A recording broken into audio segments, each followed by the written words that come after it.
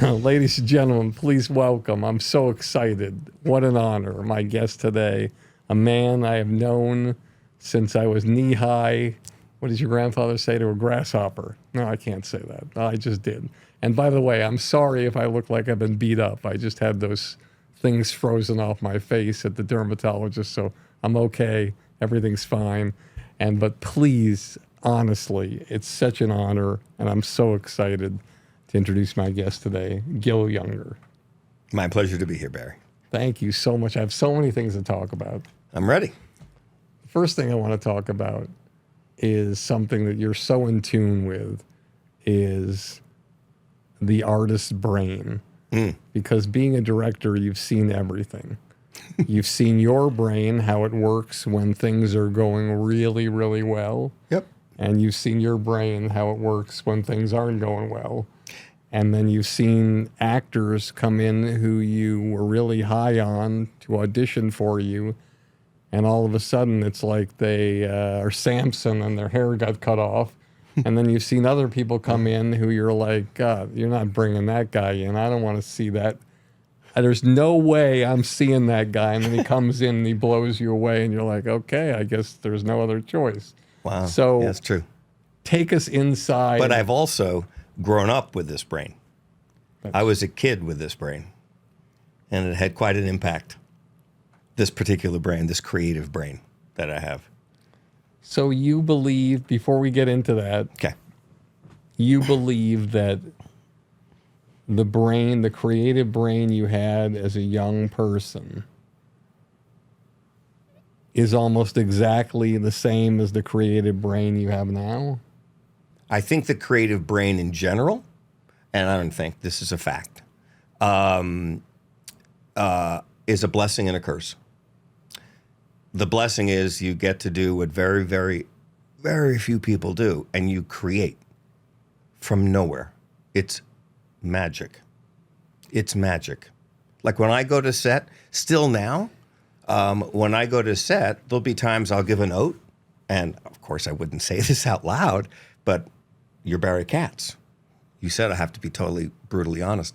I'll think to myself, holy shit, that was a good note. Where'd that come from? I still say that now, 48 years in. Where'd that come from? Like I surprised myself because I don't know where it came from. Because it comes from that very special part of me that is a wildly, well, I shouldn't say wildly, it's creative brain. And the amazing thing is a neurotypical brain and the creative brain are markedly different. Let's talk. Just don't lose your place here. Okay, what's my question? What's the difference between the brain you just described, the neurological type of brain, and the creative brain? Tell me the distinct differences and similarities. If you put a tennis ball in front of a neurotypical brain, that's the great, great, great majority of brains. Okay? If you ask them a question with a tennis ball, immediately what you see on the CAT scan is two lobes immediately light up. They call it the left and right brain, but it doesn't matter. But there are two lobes in the brain. You see this in medical tests all the time. There's two areas of the brain that immediately light up. And through that communication between these two areas, you come up with your answer, tennis ball. With your brain, Barry, or my brain, same tennis ball, same CAT scan, three areas of the brain light up. It's a whole nother area of the brain that a neurotypical brain does not have. It's a fact. So I would say, going back to something we talked about before the show started, when I see the tennis ball, they'd say, what do you see? I'd say, I see an elderly person and I see four of them at the bottom of their walker. That's what I would say. Oh, that's hysterical. As a creative person. Oh, right? well, that's, your brain is ripping. Got it. Okay, I understand. So let's go back to all the things you've seen in those rooms, and including yourself when you're directing from confidence and you're directing from less confidence that you had in the past. Because I don't believe that you've directed with an equal amount of confidence on every job you've done. So, of course not. And the same with the artist. So take us through what you feel are the things that you've seen where the creative brain wins coming into the room and the creative brain doesn't activate when it comes in the room, and also relating to you as a director when you're on the set and the creative brain activates, and then why doesn't it activate sometimes the way you want it to? Wow, that's a complicated question. What do you think you're playing with kids here? We're trying to Yeah, we're this trying is to get to the bottom. we are not flying business. We're not flying with the chickens. No, we're not. No, we're not. I can't really recall when I even started directing. I still had that electric rush, like I was high. Seriously, when I direct, I feel like it's about as at peace. Seriously, it's about as at peace and joyful as I can be in my life when I'm directing. Why is that? It's because those three lobes in my brain are firing with a million questions and a million thoughts, a million ideas that surprise me all the time. And they made me, quite honestly, feel proud of myself. That is not a feeling I had much of growing up. Because basically I thought, we all are a product of our childhoods, correct? Would you say? I think so, and I believe that, but also I don't really understand where all of us go from our childhoods and why we go there. I couldn't always explain it, like how it turned out the way it did, from like a mother saying this to you or a dad saying that to you, or you breaking your leg, when you're in the street with your friends. Right. It's more about can I do my little philosophy? This is why we're here, man. Okay. Here's my philosophy. This is to help people, and this is This is also for people to understand you. And there's before you came in here, I thought it was really amazing that you came in here. And this, for anyone listening, this is what blows me away about you, and this is what it sums up a great artist. Maybe I'm being too self-deprecating, but I'm always, shitting on myself or whatever. Yeah. So I think, Gil's going to come in, do the podcast. I've known him for a long time. We're gonna have fun or whatever. And he comes in here and he's like, he didn't say it this way, but this is the way I interpret it.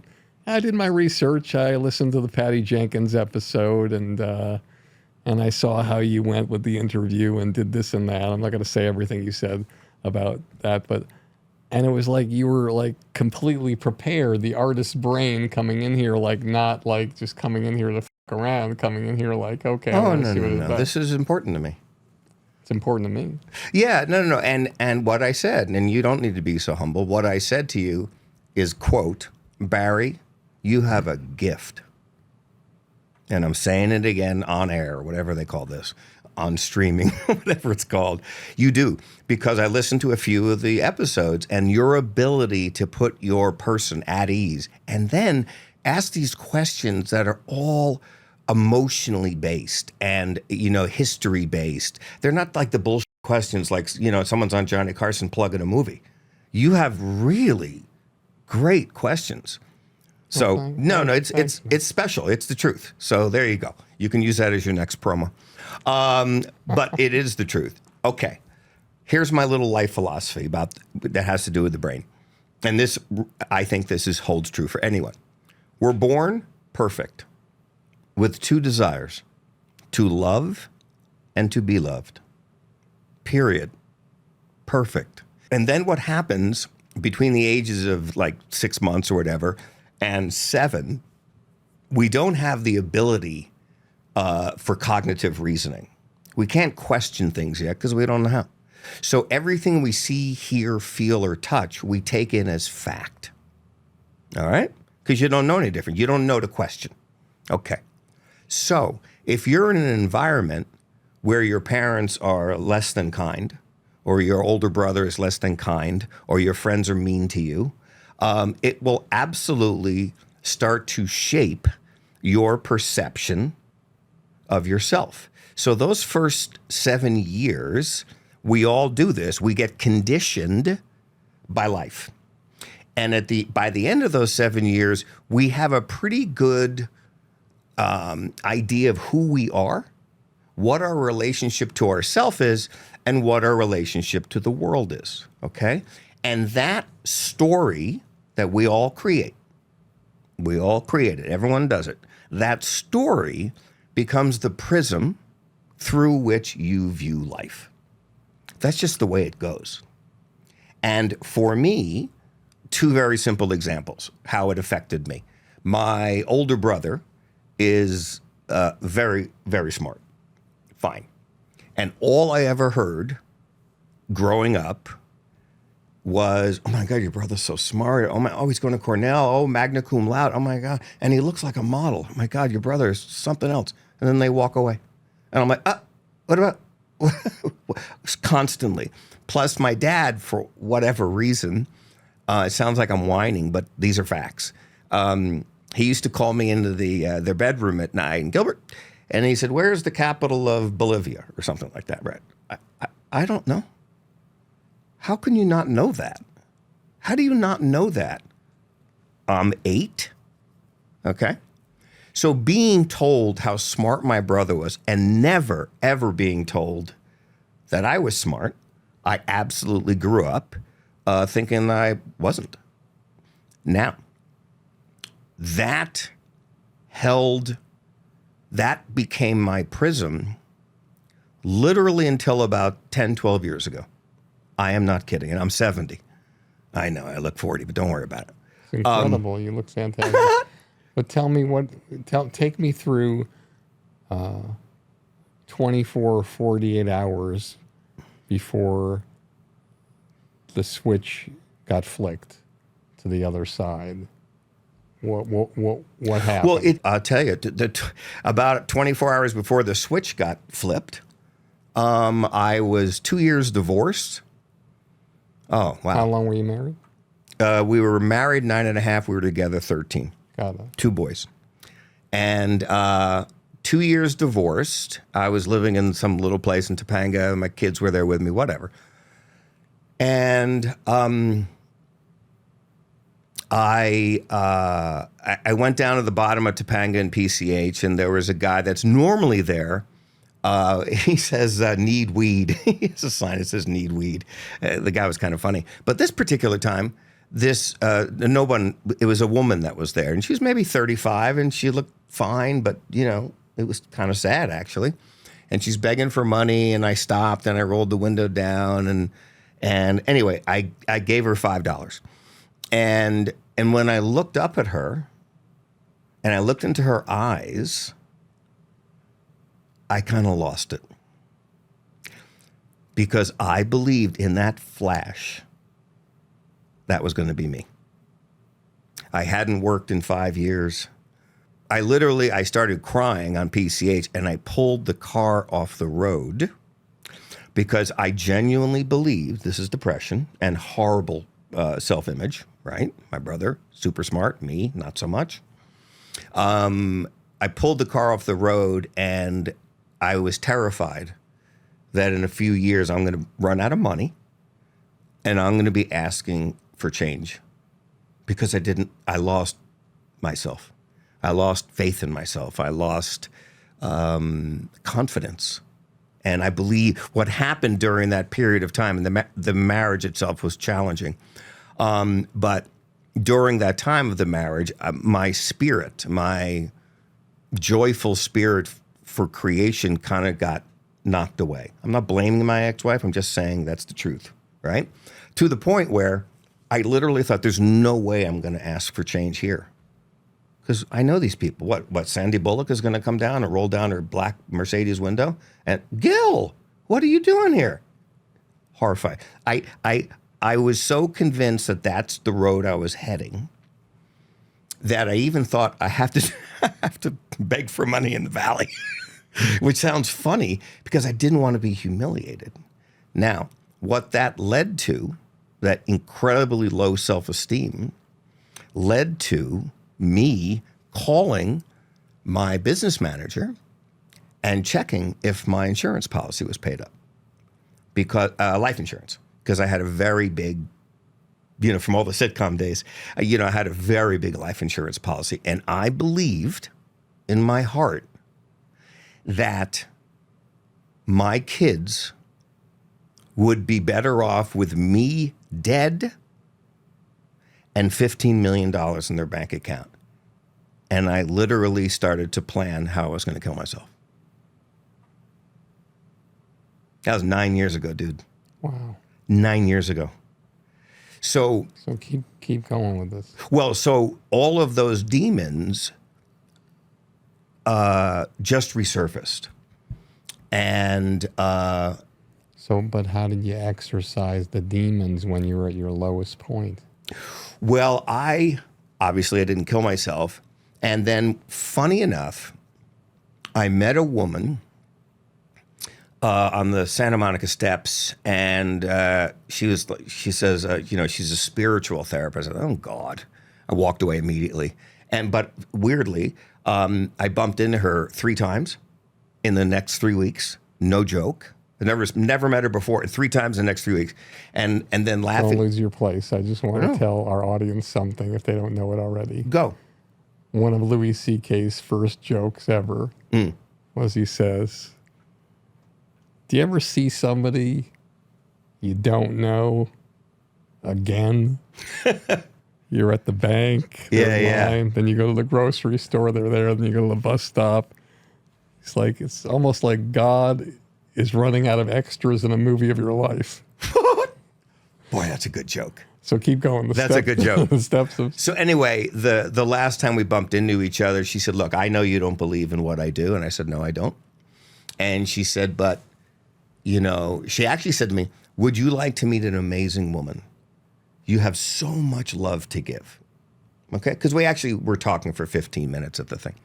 I thought you were going to say after she said that, he was like, yeah. And she's like, you just met her. Oh, that's even better. See, you should write with me. I have a feeling. Those are good. That's good. And then I paused, and she said, no, seriously, Gil, she's incredible. She's an ex-supermodel. She owns her own business. She's a multimillionaire, and more importantly, one of the nicest women I've ever met. And I think you two would really enjoy each other. Would you like to meet her? And you said, no, I'm really, if you can help me find that woman on the end of Topanga. That's the girl. No. That's the girl saved my life. So I said no.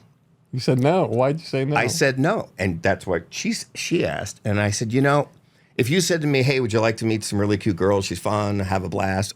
Absolutely any day of the week. But I said, I don't believe I have to give what an amazing woman deserves. And I said, and she said, oh, that's very honest. Why? And I said, well, when it comes to romance and relationships, I just feel kind of stuck. I don't know where I'm going with that. And I was just divorced 2 years ago, and I'm kind of a little bit lost in that arena. And then she said, my job is to unstick people. That's what she said, dead serious. And I just believed her. Cut to, I ended up working with her for 3.5 years. Totally changed my perception of self. And you went there like once a week to... Yeah. Incredible. That's fantastic. Totally changed my perception of self. And I can easily say to you with all honesty, I am more content now than I've ever been in my entire life. She helped me take the risk of finding out who I truly was. Because my entire life, because of those messages that I got from my parents, and there's more obviously, I created a very intricate web of distractions, because when I would just be settled in my own thoughts, depression would come in. Okay, so in your work, with your Breakthru Company, you help people get over career things and get over the hump. I'm sure it's quite possible that you might use some of the tools that you've learned there's no from this doubt. woman and other tools. So if you could remember, and if you want to give her a shout out, you can. If you can remember the three of the major things that she imposed her will on you that turned you around. Well, the three major things. Because I think to myself, like a lot of times, I relate a lot of things to stand-up comedy. And like, for instance, like, you know, Chris Rock and when Robin Williams was alive and let's say Carlin was still touring, they never worked together. You know, they never did shows together. So they didn't know what it was like to see them each do an hour, like right in the same show together. Sure. They just had heard stories, they've seen clips, but whatever. So I presume that for you, it's like there's a lot of things that you can't see, you know, that are obvious to the rest of the world, but Not when to you me. look in the mirror, you can't see it because you're not around it. You're not around it to Interesting. see. So obviously, by talking to you, she saw things, some things that you knew about yourself that you were just, you know, kind And of some things burying. that I was terrified to look at. Yeah. Terrified to look What at. was the most terrifying thing to look at?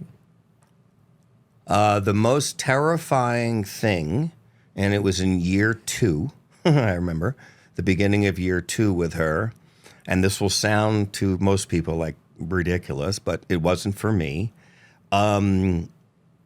I decided I was really starting to peel away the layers of, oh, that's why I feel nervous about that. Oh, that's why I'm always afraid if my bosses ask me questions, I won't know the answers.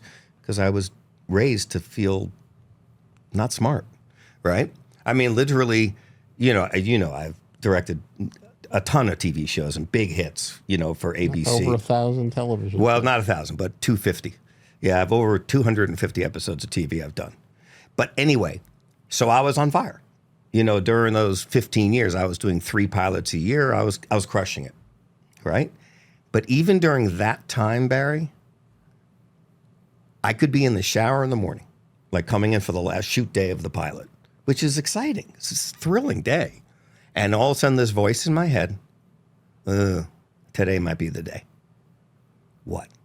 I had this vision or belief that one of the network president, Gil, hi, great shoot. Oh, my God. I said, oh, thank you. Oh, the actors love you. I said, oh, my God, that's so nice. Thank you, thank you. Yeah, we got a problem, though. We realize, beneath the charm and the funny, there isn't much there. And you're not that smart. And we're going to have to let you go.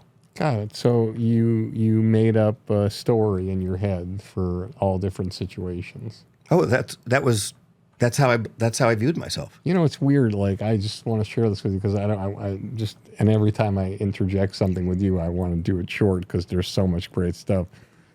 I wake up every morning and I tell myself a lie every morning. Which is? You're not shit. Everything's gonna go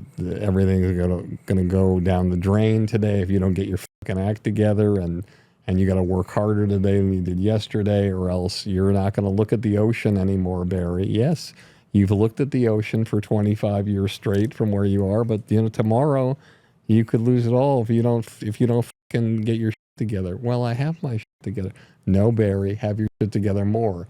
Pretend you don't have anything. Pretend you're homeless. Pretend you're starting from scratch. Just get going. And I always look at things that way because that helps motivate me to get to where I am. But it doesn't, I want you to know, and the audience know, I don't technically believe that. But I try to convince myself of that at the beginning of the day to get me motivated. The only reason you would ever have that lie is because deep down inside, that's what you believe. In my opinion, it could be, but it's just a core insecurity. But the evidence to me, like I still, when you get to live the life that you want to live. Mm-hmm. and you're so grateful for being able to live the life you want to live. Yep. Ordinarily, I think I would say that, but I don't, because even every horrific or bad thing that's happening to me personally or in business, it's always led to some of the most extraordinary, incredible things. I love that you said that. I You know, love that you said every that. time it's something I am bad. a firm believer that through every dark crisis, there is a gift. There is a gift. I totally believe that now. So I just want to ask you something that's probably a really sensitive subject. But wait, I'll answer that question. But you know what? You said give her a shout out because this I want you to woman give her a shout out. transformed I want my you to give her a life. shout Her out. name is Adriana Sorgi, Sorgi, and she works out of Los Angeles. She's all over Facebook and Instagram. And the most brilliant person I've ever worked with, and I've worked with so many therapists, but she's not a therapist. She's a life coach. She's a spiritual therapist. And it's just a whole different approach. And it allowed me to finally realize that I'm not a loser, that every woman isn't going to leave me, because that's what my mother basically told me, because I was too much to handle. She literally said that to me. Gilbert, God love her. Honey, I'm worried about you. This is me at 10. Imagine this. Honey, I'm worried about you. Why? Well, I want you to have a wife and a beautiful family. But Gilbert, I don't think any woman's going to stay with you for the long term. I'm 10.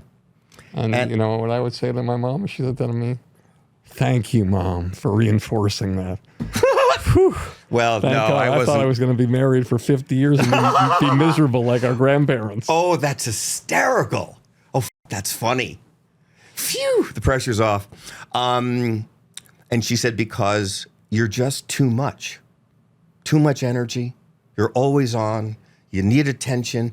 It's just That's exhausting. what I love about you. Well, that's just my personality. But what I'm trying to say is, and then she ended that little speech, if you can believe that, with this. Gilbert, she called me Gilbert. You need to learn to be less Gil.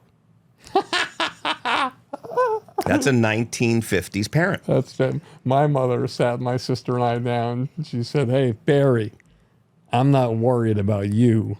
I'm worried about her." And I said, "Why aren't you worried about me? Why are you worried about her?" My sister, not me. She said, "Because with you, I only have to worry about one penis." Oh, that's awesome. That's so funny. Wow, I'm surprised. Did you ever do stand-up yourself? Yes, I did long ago.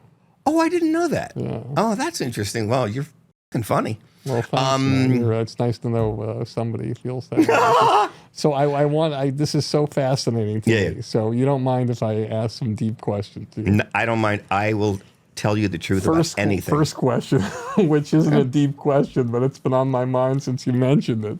Yep. Did you go out with the girl that she recommended? No. Never, even after you transformed? Nope. Okay. So then Yeah. the deeper question to me is... Deeper than that? Because that was pretty deep. Just Yeah. kidding. Is like,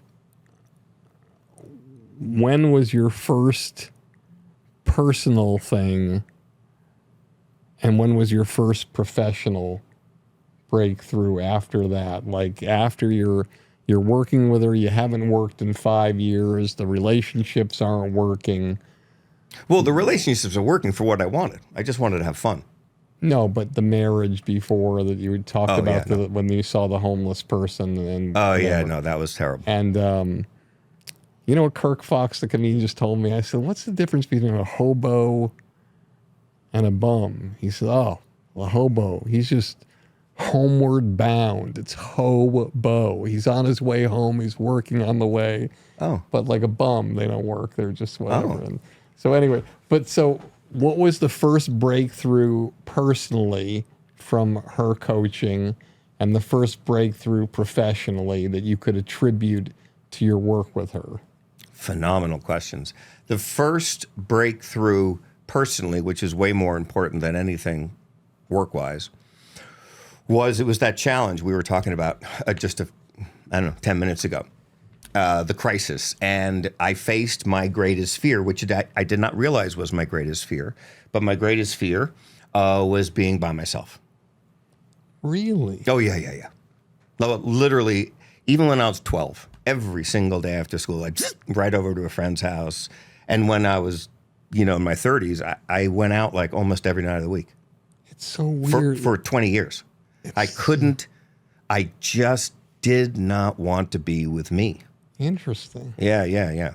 And so I said, you know what, I'm doing great. We're just doing great. I want to challenge myself to do something. And she said, okay, great. I want to go to Mammoth by myself, go skiing 4 days by myself and see if I can do it. And now I know to most humans this sounds like nothing, but I was so terrified of spending 4 days with myself and not flirting and not talking to any women, right, for 4 days, that I got very sick the morning that I woke up to go. And I thought I was just really sick. I thought I had like an unbelievably deep cough. And I called my coach and I said, I can't go, I'm sick. She said, you're not sick. I said, what are you talking about? Do you hear me coughing? And I was violently coughing since 5 a.m. And she said, you're not sick. I said, Adriana, stop. You sound stupid now. Don't do this. And she said, no, Gil, you're not sick. You're afraid. I said, you think I'm afraid to go and that's made me sick? Yes, I know that. That's what she said, right? And I said, she frustrated me. And I said, okay, you know what? I'm going to go. And I was like a kid. I said, I'm going to go. But if I'm this sick, I am not skiing. I'm not going to get pneumonia to prove to you I can do it. Right? And she's, do whatever you want. I support whatever you want, but I'm just telling you, you're not sick. Fine, I'm going. Okay? I'm going. Annoyed. Pack the bag. I'm packing the bag. Boom. Throw the skis and everything in the car. I start driving. About 20 minutes later, I realize I hadn't coughed. She was right. No. It was unbelievable, Barry. I was so afraid of being with me and only me, my body literally got sick so I wouldn't have to face the fear. That's incredible. But you know what else isn't more incredible? If you don't mind me Go. flipping Okay. the microscope. Yeah, go. You're a director. You're a producer. Yeah. People have to walk into a room from being alone, practicing their material, True. to going into a room with you and other producers and director and you direct. And the fear of going from being alone with yourself working with the material to the fear of how are they going to perceive me? Oh, I understand the actor's brain. So it's like what's fascinating is your brain is afraid to be alone. Yeah. The people you're auditioning are fearful of coming into the room with other people. Yeah. Yep. What's the difference in the feeling? It's both fear of being judged and finding out that we're losers. Look, one of the reasons I think, I'd rather have an actor say this, but one of the reasons I think I'm so effective as a director is because I totally understand the self-limiting thoughts that the creative brain comes with. I understand the gifts because I have the gifts, but I also understand the fear of judgment. If you look up imposter syndrome, or not anymore, but if you look up imposters, there's my picture. I get it, right? And I know how to communicate with actors in such a way that not only, I've been told this, I'm not trying to toot my own horn, but I inspire them to build confidence in them because I treat actors the way I wished I was treated as a younger person. Hey everybody, it's Barry Katz, and I wanted to talk to you about Blueprint for Success.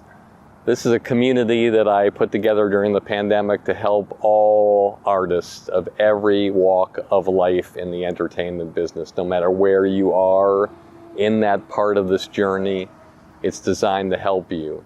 There are podcasts with people that will inspire you, like Kevin Hart, Judd Apatow, Bill Burr, that you can't find anywhere else but on this program that I've interviewed, to times where we get to talk to executives in the business that you would never have access to tell you what you need to hear and to answer your questions, to all sorts of different videos and master classes designed to help you get to the promised land. That's what the blueprint for success is. Doesn't matter whether you want to be a stand-up comedian, a sketch performer, a podcaster, an actor, an actress, director, writer, social media person, whatever you want to be. I've been doing this for 40 years. I've had the honor and been humbled to represent people like Chappelle, Wanda Sykes, Louis C.K., Dane Cook, and probably over 20 other people who went from a studio apartment to being a multi-millionaire and a household name. And I want that for you, and I wanted to take the time with this program to be able to help you on your way there, to get there and to heighten and increase the trajectory of your career. Blueprint for Success is the way to go. I'm proud to be a part of this program, and I'd be proud to have you to be a part of it too. So you're in a room, okay, you're in a mass audition day. It's like you have to see 25 actors that day. I don't like those days. Okay, I know you don't. So you're like, you know what's ahead of you. Mm-hmm. What do you do for an actor when they walk in that helps them at least have the best shot of giving you what you want? And what advice do you have for the actor who doesn't have the person like you? They just walk in cold and they're like, okay, give it, bring it. It's a great question. I love actors for real because I identify with them, like totally, right? And most of the time when an actor comes in the room, most of the time they're nervous, and I'll spend a couple, 3 minutes just cracking jokes. You know, look, I do, because intentionally, I do it on set too. When there's tension on set, I'm making the whole set laugh. But when actors come in, I usually say something that they find funny, that takes their mind off of, oh my God, he's not going to pick me. It's terror when they walk into a room. Here's the deal. An actress asked me once, why is it when I'm in my apartment and I'm rehearsing and I'm great, I get it, I'm good, I get the beats, I get the timing, I just nail it, I know it. But when I walk into the room, I just tighten up, and I just don't have that flow, and sometimes I even forget my lines. Okay, and I answered her. This was the reason I opened Breakthru, by the way. And I answered her, and I said, look, I am happy if you want to call me offline. I'll tell you all about that fear and where it comes from, childhood. But I said, the first thing you need to understand as an actor, when you walk through that door into the audition room, you're not walking through a door. You're walking into your greatest fear. That's your ordinary. And when I answered that girl's question, just like that, there was about 350 actors on this Zoom call. One of the agencies asked me if I would just entertain them because it was during the COVID. And when I answered that question, just like that, Barry, and I'm not exaggerating, 60 or 70 actors instantly burst into tears. And I went, oh my God, I can help these people. Seriously. I was like, I understand their fear. I understand their nerves. And it's in direct opposition to the way I want an actor to feel. And I also believe that fear is the main ingredient why all actors sound the same in an audition. how you say. Barry says hi, but you say like, hi, Gilbert. Tell me. This is me doing impersonation of you. It's not good. No, but Everybody does them. yeah, I can't do it. But it's not good. But it's so distinctive, yet I obviously don't have an ear for that. But here's the deal. The way I teach how to audition, I don't teach people how to act. I don't care about that. I don't want to know how to do it. I don't know how to do it. All am doing with my company is teaching people what this director, me, is looking for in an audition. Why is that unique? Because think about it. Who teaches actors to audition stuff?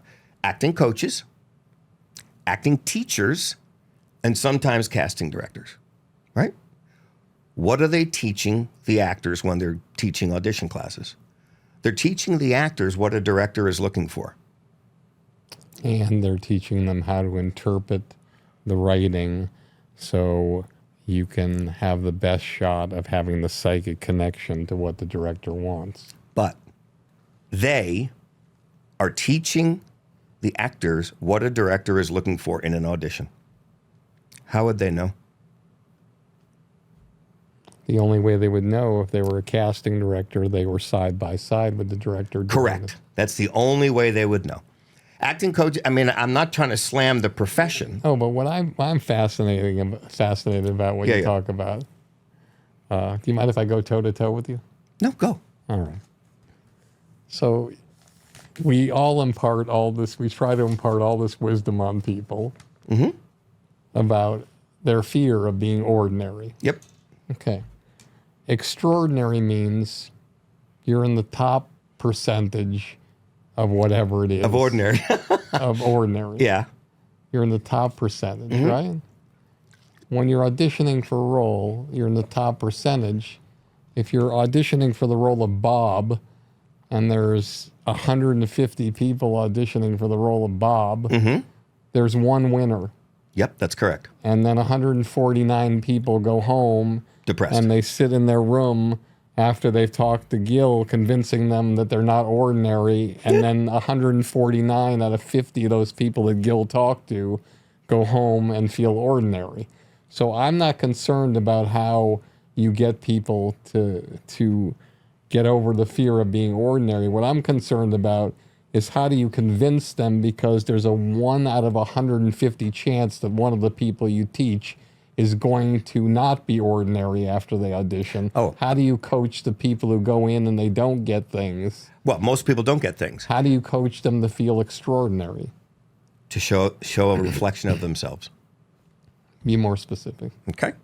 In a nutshell, what I teach, and I have courses and I have a workshop every. This is the Breakthru Company. Yeah. I'm very proud of it. But my main philosophy, if you will, is wildly contradictory to the way just about every single acting school in the world is teaching acting, especially, not acting, the audition process. They design the audition process in teaching. You get the sides, you look at the sides, you read the sides, you read all the stage directions that inform you this.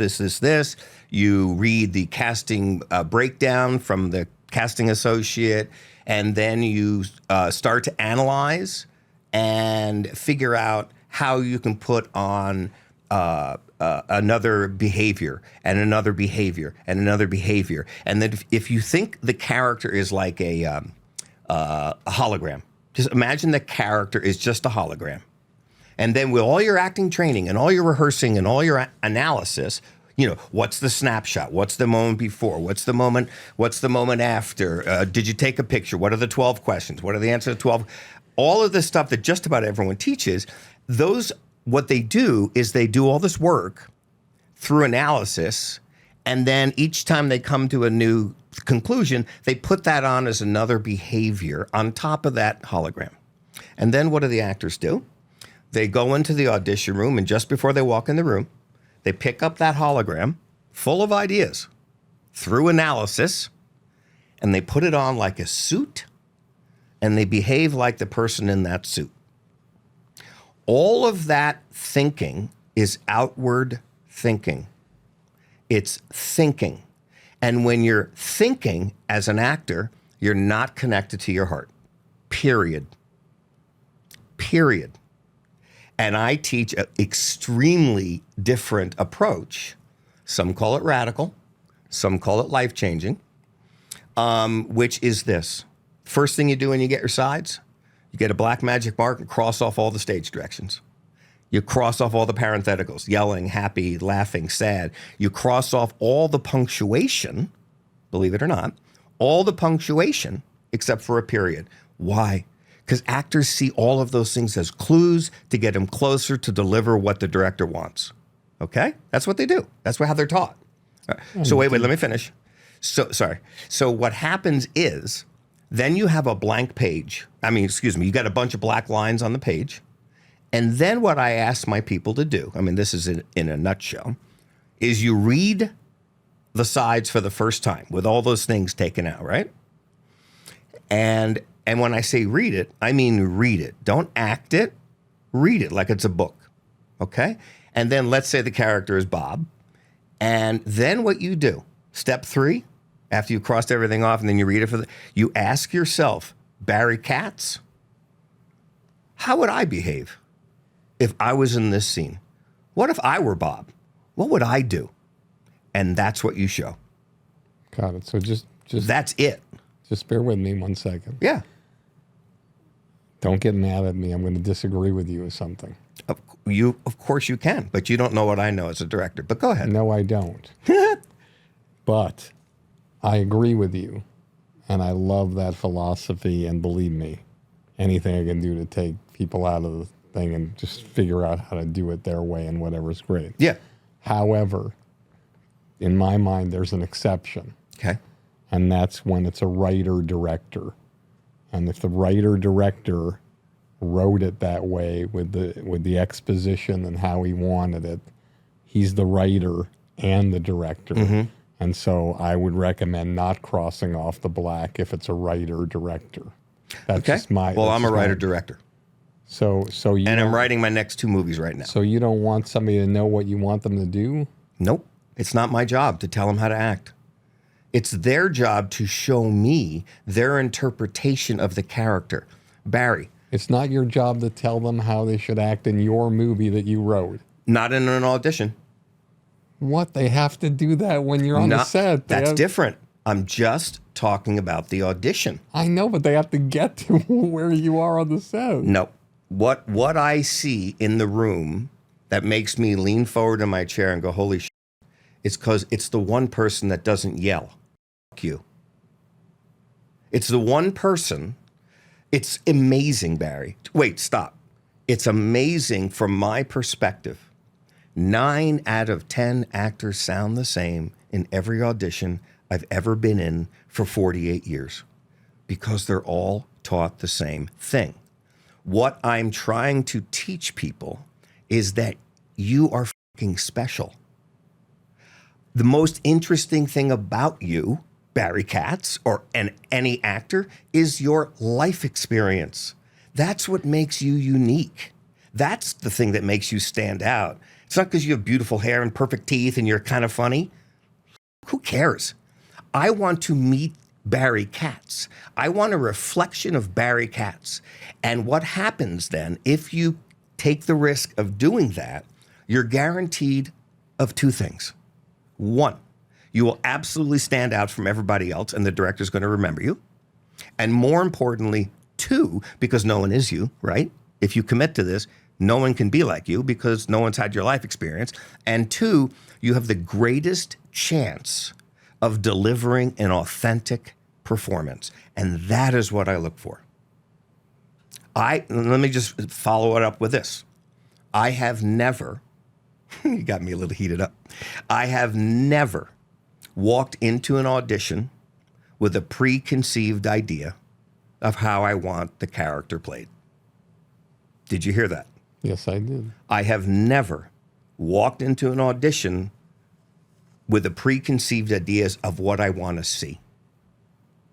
I want someone to surprise me and make me go, oh my God, I never thought of it that way. That's fucking awesome.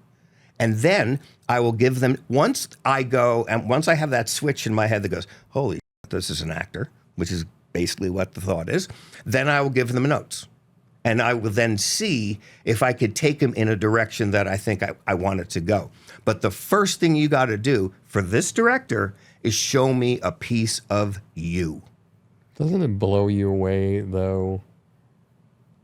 This is so fascinating about what you just said and what you're working on with the Breakthru Company and what you're teaching people. Because if I'm a betting man, Yep. and I were to make a list of all the actors and actresses that you've hired throughout the years, that you had the decision-making process of hiring, if I were a betting man, 99.9999% of them never crossed out the stage direction, never took out the punctuation, and you still hired them. Okay. Why? Heath Ledger. I had read 253 guys. And that means casting has read 2,500. You know, is it around a 1 to 10 ratio? 253 guys, and I was 3 weeks out, Barry. 3 weeks out, and I didn't have the guy. And it was one of those days with 25 actors, exactly what I'm like, oh my God, it's 4 hours of the same 8 pages. And Marcia Ross, who was the head of casting. Marcia Ross. You remember her? Yes. Oh, yeah. She was an amazing casting director. Anyway, I think she's producing independent movies now. She said to me, you know, some kid left, all these beautiful kids. And she said, do you want to take a break or you want to keep going? I said, let's just keep going. And she said, look, I don't know this last kid. It was honestly, it's a favor for an agent that I respect. I've never heard of him. He's never even been in America. So if he's Australian, wasn't he? Yeah. And she said, if he sucks, just cut him off at page 1 and don't worry about it. She was literally giving her disclaimer that this isn't a reflection of my work. And I got it. And there's plenty of favors that happen like that. So I said, fine, just bring him in. So the door opens and Heath walks in, but I don't know it's Heath yet. You know, I mean, I know that's his name. And he took about 4 steps towards me, literally 4 steps. And this is exactly what I thought, Barry. If this fucker can read English, I'm going to cast him. Why? Because there was just a presence. There was a confidence. He just walked in as if to say, this is who I am, period. There was a confidence. He just had a vibe. It was unbelievable. And then, so he sits down across from me. And at that time, I think I was reading with them, the sides. And, you know, we had the 9 or 10 pages. And we got to the end of the first page. And I said, Heath, cool. Let's put the script down. We're good with the sides. His face got white. And I said, no. I know exactly what I'm doing. I just want to try something with you. This is a good thing. Trust me, it's a good thing. All right, let's do a little improv. And I made up an improv with him and I because I wanted to see how facile his brain was. I wanted to see if he even had an inkling of funny. All right, that's all. That's just what I wanted to see. We did about 30 seconds of improv. I said, thank you so much. He stood up. There are 5 casting ladies. I shook Heath's hand, and I can tell he was still shaken because he flew 17 hours and he had 2 minutes with me, literally. And I said, look, I can't say it's going to be this movie, but young man, you are going to have a huge career. I said, trust me on that. You're going to have a huge career. And that was that. Shook his hand. He leaves. The 5 women are standing and me. The instant the door closed, and this is not an exaggerate, the instant the door closed, I said, ladies, I have never wanted to sleep with a man. But if I had to sleep with a man, that would be the man. Hire him immediately. And he was hired before he got to his car. Why, Barry? Because he clearly didn't pay any attention to the stage directions. He was 100% Heath Ledger. And that won me over like a wave. And quite honestly, the same thing with Julia Stiles. The way Julia Stiles, actors listen, the way Julia Stiles shook my hand and looked in my eyes and she said, "Hi, it's a pleasure to meet you. I'm Julia." The way she shook my hand, like your partner here, with so much confidence and so much maturity. And what she also did is all the other women, and I hope this doesn't sound terrible, but here it goes. All the other young women, 17, 18-year-old women that read for me were all, dressed to kill. Let's just put it that way. They were sexy as a human being can be and still have clothing on. I mean, a lot of them, right? When I opened the door for Julia to come in, she was wearing really baggy pants, a sweatshirt, and that gorgeous mane of hair she had was in a bun behind her head. I didn't even know she had long hair. No makeup, no nothing. This is who I am. Julia. That's what I want to see. And authenticity, it's so refreshing. Now, you're right. Most of the actors use those things because most actors haven't worked with me. But I can tell you the transformation that I've had on the 1,000 or so actors that have been through Breakthru. I mean, if you ever looked at the website, the testimonials are insane. You changed my life. I'm more confident in my career and more confident in my life because of you. Because I understand how they're wired. And I've been given the gift of falling in love with me. And I want that for all actors. Because when you love yourself and you're confident, you're going to be incredible at no matter what you do. Golf, football, being Barry Katz. If you are confident about who you are and you have nothing to prove, you're just showing you're incredible. It's really one of my goals to teach as many creatives as I can before I die that beautiful 3-year lesson that I learned about self-acceptance. And it affects every decision you make in your life, including the audition. You show up as a different person. And directors like me, good directors, feel it. Wow, I can't take my eyes off this guy. Wow, she's so honest. Wow, she's so grounded. That's what I'm trying to share with the world. Extraordinary directors like you, not good directors. No, I wouldn't say that, but... Clearly, we're going to have to do another year with this woman. Huh? Oh. 1, 2, 3, 4, 5, 6. 6 degrees of separation. 6 degrees of separation. I'm going to mention some names, and you Okay. just tell me what comes to mind. Oh, boy. One of my favorites, Laura Dern. Laura Dern. Wow, I had the incredible pleasure of directing Laura Dern in the Coming Out episode of Ellen. Did you know I directed that? Yes, I did. Oh, you did? So she was the only time I've worked with Laura was in that seminal episode.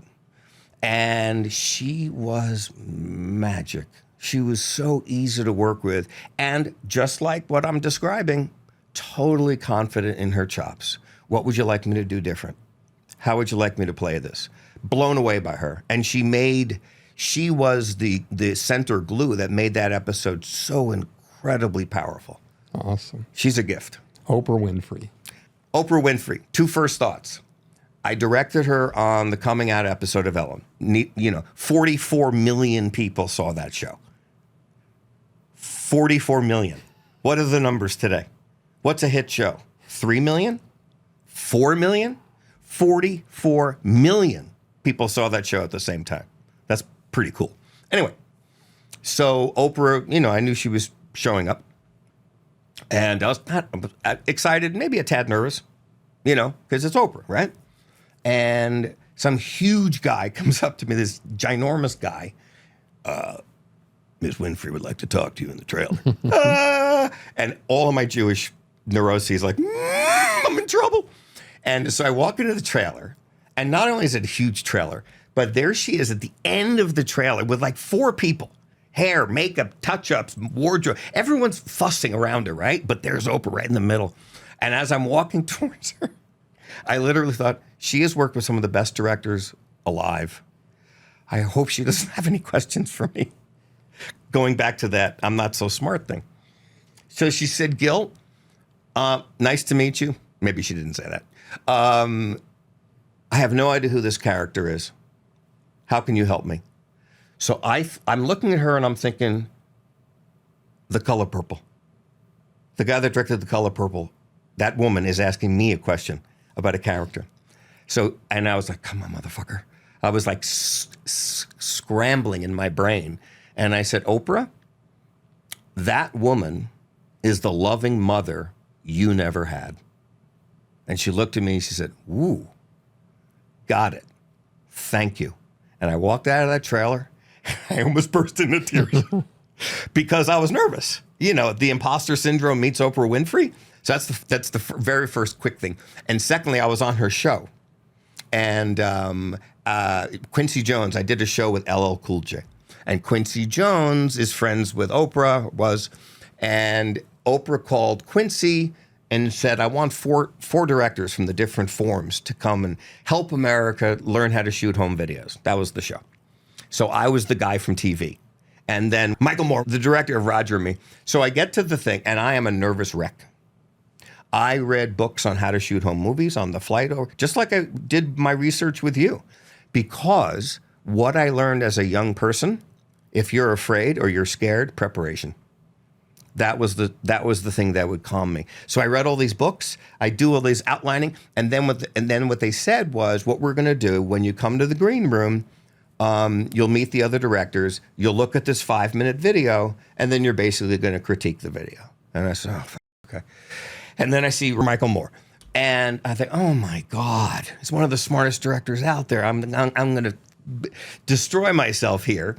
And so I'm just talking to him, and he was very charming, actually.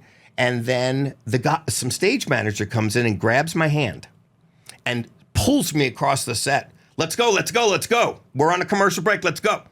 I said, wait, we didn't see the video. And he said, you didn't see the video? Ah, just wing it. So he says, wing it. Now, this guy, I just said, preparation. That's why I prepared when you said you were prepared for this thing, because I want to know what I'm walking into here. Just like any job, you got to prepare, at least me, to satisfy those nerves. So he pulls me across the stage. He literally had my hand. And Michael Moore is like walking next to me. And I said, Michael, what are we going to do? We didn't see the video. And he looks at me totally calmly, like maybe I would today.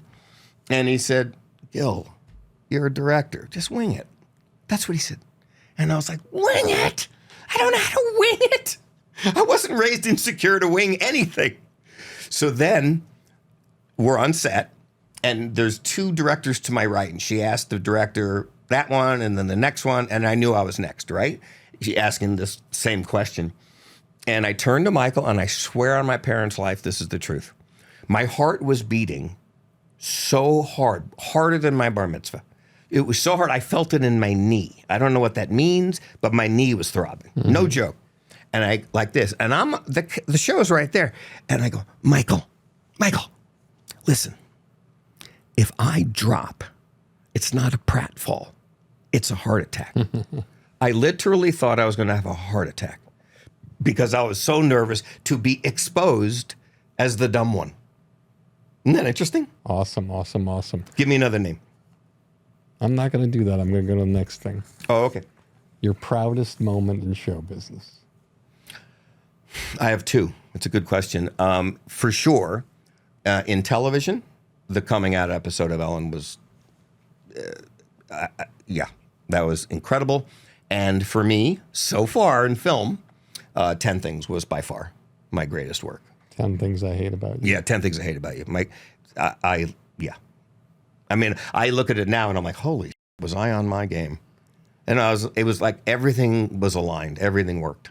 Your biggest disappointment in show business and how you used it to fuel yourself to the next level. My boss at Witt Thomas Harris, which was a very successful television company where I worked for 20 years, was very tough on me.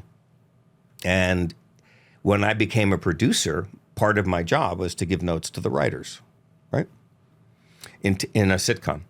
And sometimes Paul would be very condescending in front of everybody. Mean. And so I had one suggestion. We're figuring out we went to a run through, giving notes, and I had an idea that I pitched this idea. It was, Paul wasn't normally there. It was just me producing, right? But Paul happened to join this run through and this note session, and he just ripped me a new one. He made me feel like a moron. It was just, no, that's your suggestion. Are you kidding? And you're it was so mean and so humiliating. I was enraged and I didn't know what to do with that rage. And about 10 minutes later, I went into his office. I knocked on the door. I said, hey, Paul, can I talk to you for a minute? And he said, yeah, sure, what's up? I said, if you ever talk to me that way again and humiliate me again because you're so fucking insecure, you need to let everyone know how smart you are, I will come across a table and I'll fuck you up. And he clicked the button. He had a button where the door closed behind him. And he was like, what do you mean? What do you mean? But what it was, why I thought it was a beautiful, because I stood up for myself. And he didn't realize he was rude. No. Because everyone was afraid to tell him he was rude. He was rude to everybody. He was tough, very, very tough. Brilliant, but very tough. Awesome. Last question. Yeah. Because of the Breakthru Company, this is going to be a long answer. But what advice do you have for the young artists who maybe had an upbringing like yours, that maybe things weren't going the way they should have gone in terms of the perception? Sure. And how they overcome all the obstacles in their mind to get to the point where they can have the kind of extraordinary career that you've had? Or confidence that I have. That's a beautiful question. And I share basically what I learned from my coach. And on my Instagram, it's just Breakthru, but it's spelled Breaktru, Breakthru Company. That's my Instagram. And actors should take a look at it, because what I do is you know what morning pages are? I do know what morning pages are, but they don't know what they are probably. So why don't you tell them? Okay. Well, there are a number of techniques that I use to quell my anxiety. And one of them is called morning pages. And basically it's stream of conscious writing, whatever thoughts come to your mind. But the trick is to do it first thing in the morning. And a lot of times it starts with, I have nothing to talk about. But the trick is this, actors, you all suffer from some type of self-limiting thought. Otherwise, you don't have a creative brain. Sorry to be so blunt. That's what I believe. And in my experience, it's true. And what happens is, how many of you get up in the morning and then 5 minutes later, you're flooded with, oh, I got to do this, I got to do this, oh, I forgot to do this. That's called anxiety. And then your brain gets flooded with anxiety. And then when your brain has anxiety, you don't have flow. You can't call on the creative flow. Your brain has to be quiet to create and create magic. And what those morning pages do for me, and most people that do it, I just write down whatever I'm thinking for like maybe 15 minutes. And as I said, I often sometimes start, I don't have anything to write about. Everything's fine. Da, da, da, da, da. And the next thing I know, I'm really upset about something, the way someone talked to me 2 days ago. It just comes up, if you practice it and you make yourself. But what it does, it quiets your brain so you can start the day positively. And what I have decided to do on my Instagram, Breakthru Company, is I read my morning pages. They're incredibly private. It's not meant to be shared, but I wanted to read my morning pages every Friday to let all actors know I'm just like you. I'm just like you, because I know that I am. That's something that is helpful. Meditation is helpful. It's the biggest problem that actors have is they're thinking when they audition. Again, I'm only talking about the audition, but they're thinking because they're in fear. And once maybe you could take some classes from me, or even the toolbox is maybe the best tool I've ever created for actors, and it's cheap, and it took me 8 months to design it. It's incredible. I mean, I know I'm pitching my own stuff and I feel slightly uncomfortable, But what I do in the toolbox, which is one of my e-courses, is it's the 10 greatest tips and points of view to help you deliver an authentic performance. And from what I've been told by the many people that have bought it, they have never heard any of this in drama school. They don't talk about it in drama school. Because why? Because what the Breakthru Company does, I understand your brain. And my job and my goal is to help you see, oh, that's why you have this gift. And this is how it can work against you. And here's what happens when you embrace your gift. It's a different life. It's a different life. I mean, I have a book coming out called Surviving the Creative Brain. I mean, I'm into this. I want other people to feel as content as I do, because if I can do it, oh my God. Seriously. Life is meant to be fucking enjoyed. And I totally believe this. If you're an actor, you are blessed. You are blessed with an extraordinary gift. And all you need to do is get over the hurdle of not believing in yourself and embrace that gift, and you will fly. Wow. Gil Junger, you certainly were not ordinary today. That's so sweet. This was fantastic. This is one of the best interviews I've ever had. Most informative. People are going to learn a lot. And I'm just, I feel more confident just from being here. So thanks, brother. I love you. All right. That was so sweet. Thank you I so had a much. blast. Oh, me too. Yeah, it's awesome.